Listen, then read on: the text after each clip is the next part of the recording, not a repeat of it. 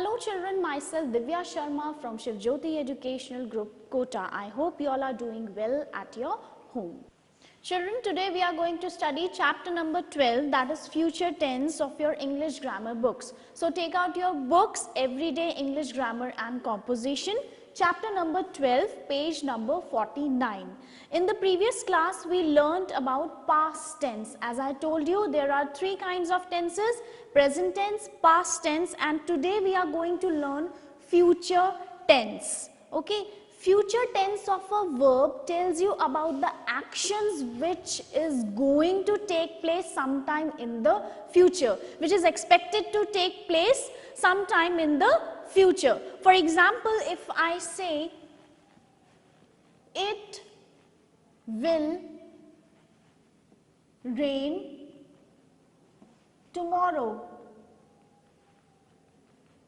Now the sentence it will rain tomorrow, that means the action is still going to take place sometime in future. It is expected to rain tomorrow. So will rain over here shows you that the sentence is in future tense. Okay, now I'll tell you the structure, how to form future tense. Structure of future tense. You have the subject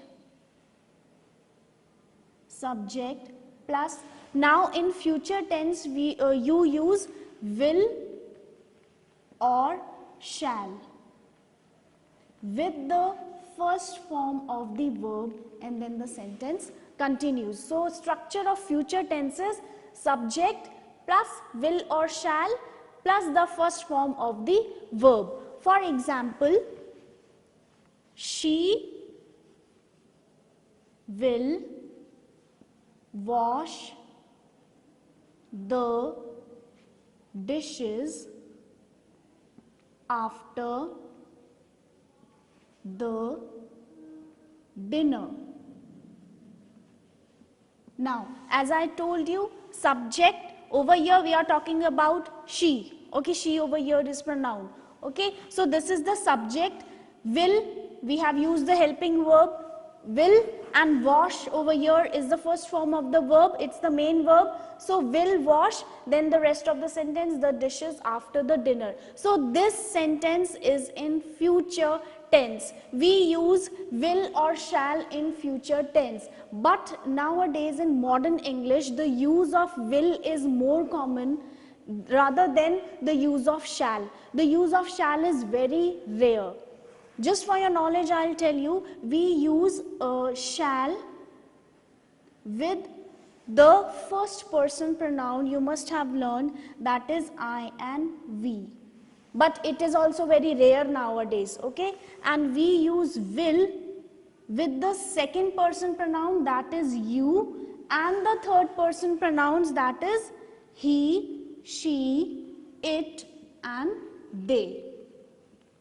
Okay, so this is the use of will and shall, but more commonly nowadays we use will rather than shall. So no need to get confused over whether you have to use shall or will. And mostly will is used when you are sure about the action to take place sometime in the future. When you are not sure that action will take place in the future, you use shall. Okay, I shall be late. Then you are not sure, you shall be late. Okay, I will be late, that means the action over here is sure. Okay, so this was the structure of future tense and the use of will and shall. Now let us discuss some book exercise. Now let us see few examples from the book. First we'll look into the definition. Verbs in the future tense describe actions that are expected to take place later. As I told you, the action which is expected to take place sometime in future, that is the future tense. For example, I will buy a new camera next week. Now will buy over here is the future tense. The verb shows that the sentence is in future tense. My father will visit my sister in Mumbai in January. Will visit again is future tense. In the above sentences, the verbs will buy and will visit denote actions that will be done in the future. So, will buy and will visit denotes the action which will take place sometime in the future. In the future tense, we use will or shall in addition to the main verb. I told you the structure right now. The structure of forming the future tense, we use will or shall with the main verb.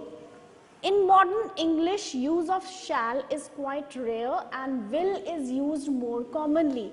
Now, this is an important point to be noted, that the use of shall nowadays is very rare. More commonly, we use will. Now, I'll discuss few examples from the book. Question number A, rewrite the following sentences in the future tense. Okay, now I'll discuss exercise A with you all. I'll discuss the first example. I do my homework regularly. You have to rewrite the sentence in the future tense. As I told you, with I you use shall, so it will be I shall do my homework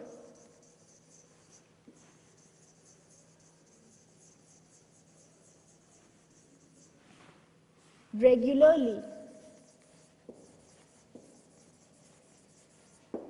Okay. Now, next I'll discuss 8th one with you. 8th is Rupali and Sanya do their homework neatly. So, it will be Rupali and Sanya will do their homework